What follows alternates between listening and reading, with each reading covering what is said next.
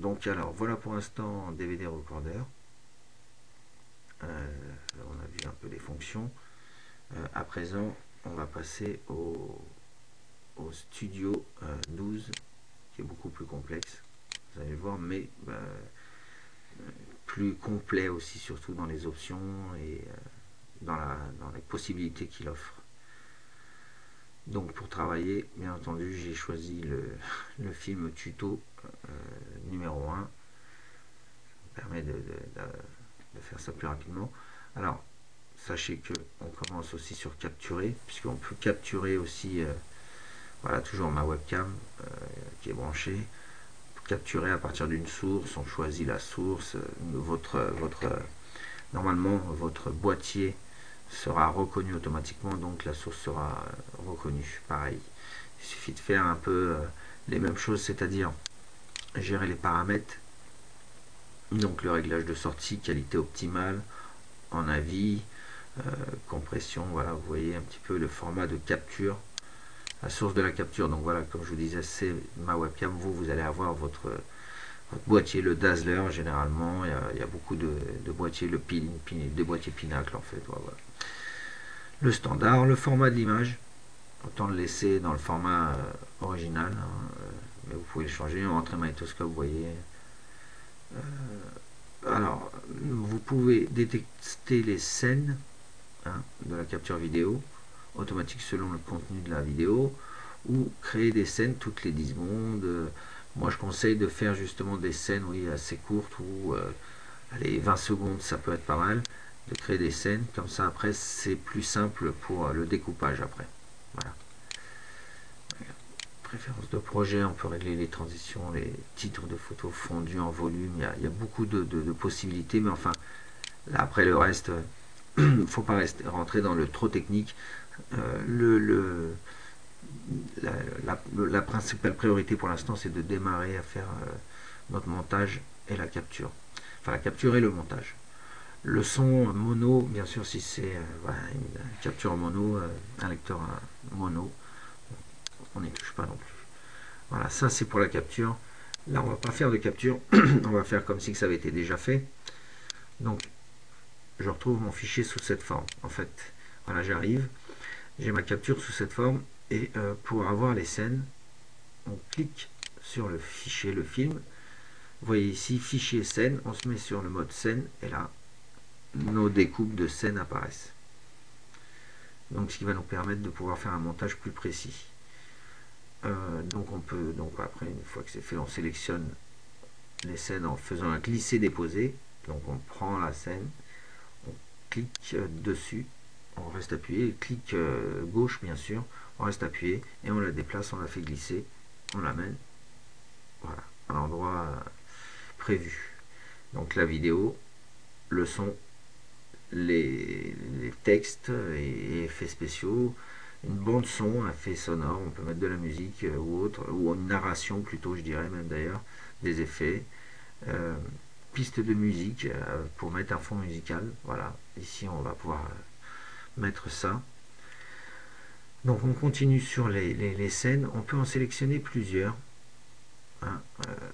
Voilà, je prends le vide dans le vide, je clique avec le gauche et je crée mon petit carré pour sélectionner plusieurs pistes. Bien sûr, l'ordre est important, donc faites attention, voilà, attention à votre sélection. Il y a une autre façon de pouvoir sélectionner plusieurs pistes, c'est de cliquer, on appuie sur la touche Shift de notre clavier. La touche Shift, c'est la grande touche, la longue touche sous la touche Entrée, avec la flèche qui remonte vers le haut, donc qui sert aussi à faire les majuscules. Donc Shift, et après avec les flèches du clavier, on sélectionne en avançant. Et voilà, nos scènes sont sélectionnées. On a juste à prendre la première, désélectionner, et on les fait glisser. Là, elles vont se positionner toutes directement sur le film. Voilà, ça c'est pour le montage vidéo. Donc bien entendu, on n'est pas obligé de tout mettre, hein. Justement, c'est le but, c'est de choisir des scènes et d'en enlever d'autres. On peut mettre des transitions, c'est ça aussi qui est assez sympathique. Donc il y a des transitions simples, on va dire transition 2D, voilà, d'une image à une autre, de l'image A à l'image B. La descente, vous voyez, il suffit de se positionner dessus, de cliquer pour les essayer. Vous allez voir qu'il y en a assez, enfin, il y a une liste assez exhaustive. Il y a différentes transitions, donc les alphas magiques qui sont un peu plus élaborées. Et après, bien entendu, selon vos versions, vous allez tomber sur des transitions de plus en plus belles. Et voilà, vous pouvez en acheter, en commander et les activer après par la suite via le site. Vous avez plein de possibilités. Enfin bon, déjà là, on a quelque chose de pas mal. Alors, il suffit pour les utiliser, ces transitions, de cliquer dessus, de la prendre, de rester cliqué, de la faire glisser comme pour le film, de la déposer entre deux scènes, tout simplement. Ici, c'est notre curseur, la barre de durée, voilà. Ici, la vidéo, la petite télé, la vidéo de montage qui nous donne c'est un prompteur un petit peu pour, enfin, oui, histoire de voir un peu ce qu'on fait, ce qui est fait à l'écran. Il suffit de cliquer sur play, on a le film qui démarre, et donc on peut déplacer le curseur pour voir directement ce que va donner notre transition. Voilà, hop, image A, image B, et le montage est fait. Voilà, donc je dis assez simple et efficace. Bon, attention de ne pas l'utiliser à outrance, là j'abuse un peu. Voilà. On revient au début avec le curseur, on va insérer. Donc là vous avez aussi d'autres possibilités selon vos versions, encore une fois je le dis bien. Donc nous on va insérer un titre.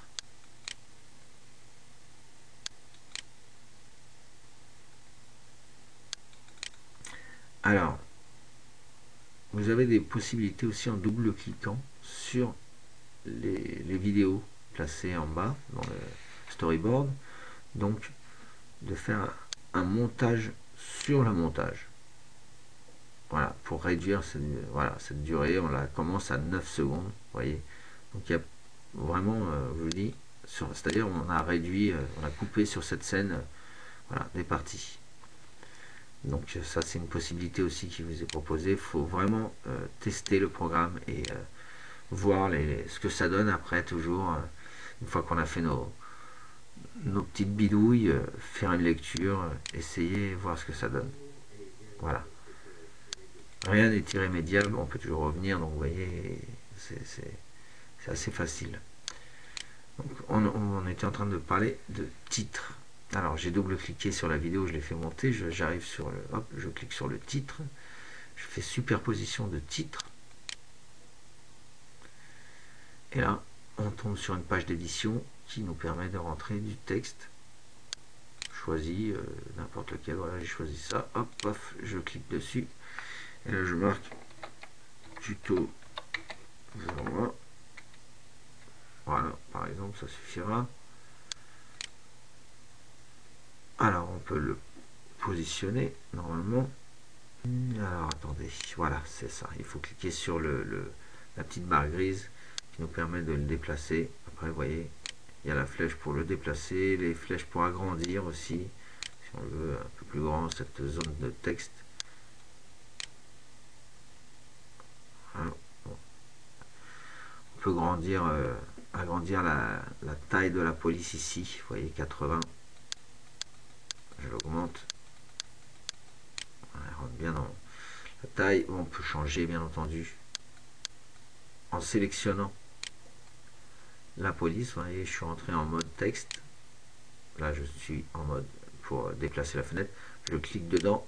Hop, c'est les petites barres comme sur tous les traitements de texte. Hop, je sélectionne tout le texte. Et donc là, je peux lui changer sa police de caractère selon les polices qui sont installées sur votre PC. Donc, voilà. Bon, là, c'est pas joli, on va laisser comme ça, c'est très bien. Voilà, notre texte est fait. C'est assez simple, on peut faire beaucoup d'autres choses, hein, je vous dis, voilà, il suffit de regarder, il y a pas mal de choses qui est possible, des tracés, des découpes et autres. Il faut tester encore une fois et se lancer dans l'aventure. Alors là, vous avez vu que j'ai fait superposition de texte, c'est-à-dire que le fond sera transparent, on verra que le texte, vous voyez, sur le rendu, ce que ça donne. Donc on a la durée, on peut l'étendre un peu si on veut qu'il dure un peu plus à l'écran. Très simplement, je me positionne sur le côté, deux flèches apparaissent, j'étire, et là il va apparaître un peu plus longtemps à l'écran. On remet la barre au début, paf, on appuie sur play, vous voyez, j'ai mon titre qui est fait. Donc voilà, paf, ici c'est bon, je peux fermer. On va revenir ici en revenant parce qu'on se dit mais où sont mes vidéos? Non, parce que vous êtes sur titre, alors on revient là, paf, sur caméra et les vidéos sont de retour. Voilà, entre autres les possibilités de montage, vous en avez plus, hein, bien entendu. Voilà, ça ici, ces scènes ne m'intéressent plus. Je les ai sélectionnées en cliquant dans le vide. Voilà, j'ai tiré, ça m'a fait une sélection. J'appuie sur ma touche supprime sur mon PC, supr, taf, ça les enlève. Ils ont été, voilà, décochés aussi, là-haut on les voit. Voilà, il ne me reste plus que ces scènes, ça suffit. Voilà, donc une fois que nous en sommes là, on a tout, on est satisfait de notre montage, on a visionné notre montage ici, tout se passe bien, c'est comme nous le souhaitons.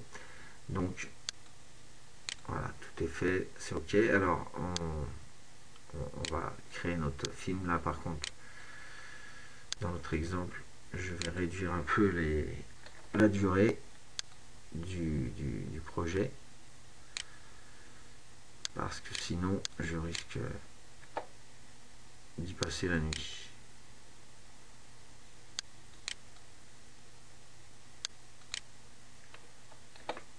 Voilà. Non pas que c'est long, mais c'est vrai que oui, un petit peu quand même, mais bon, pour le tuto, on va pas avoir besoin de tout ça. Donc voilà, on va créer un DVD, on voit, on peut créer un disque, créer un fichier comme tout à l'heure, je vous ai montré. À savoir que voilà, en création de disque, vous allez être en qualité automatique de base. Moi je vous conseille la meilleure qualité, hein, puisque sur un DVD vous allez pouvoir mettre 60 à 70 minutes en meilleure qualité comme ça. Voilà, c'est beaucoup mieux pour le faire. Donc là je vais pas créer de disque parce que bien entendu je vais pas graver de DVD. Je vais créer un fichier. Et donc voilà, donc ça c'est pour les paramètres. On va laisser comme ça, on va se mettre sur bureau, hop, on fait mon film qui existe déjà, j'ai déjà fait un test. Et voilà, une fois que c'est parti, la création du film le film se crée donc en direct. Vous avez la barre des films qui avance, et doucement ici, la création du film en cours. Voilà, le film est créé. Ça a été assez rapide puisque la taille n'était pas énorme.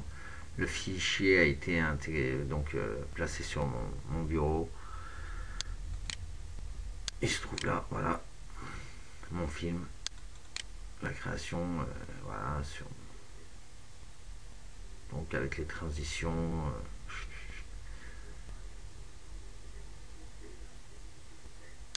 Alors, voilà, une fois que ça c'est fait, vous avez votre DVD, vous en fait ça sera transféré sur le DVD directement, et vous pourrez le lire sur les DVD, lecteurs DVD de salon. Voilà pour ces explications sur les deux logiciels de transfert Pinacle. Donc à vous de faire, vous pouvez laisser libre cours à vos idées, à vos envies. Il ne faut pas hésiter surtout à tester, à faire et à toucher un petit peu. Il n'y a rien d'irrémédiable, c'est assez simple, vous allez voir. Et puis après tout c'est attrayant et ça fait toujours plaisir de retrouver nos vieilles images, en tout cas restaurées sur DVD. Voilà, je vous quitte là-dessus et à bientôt. Merci.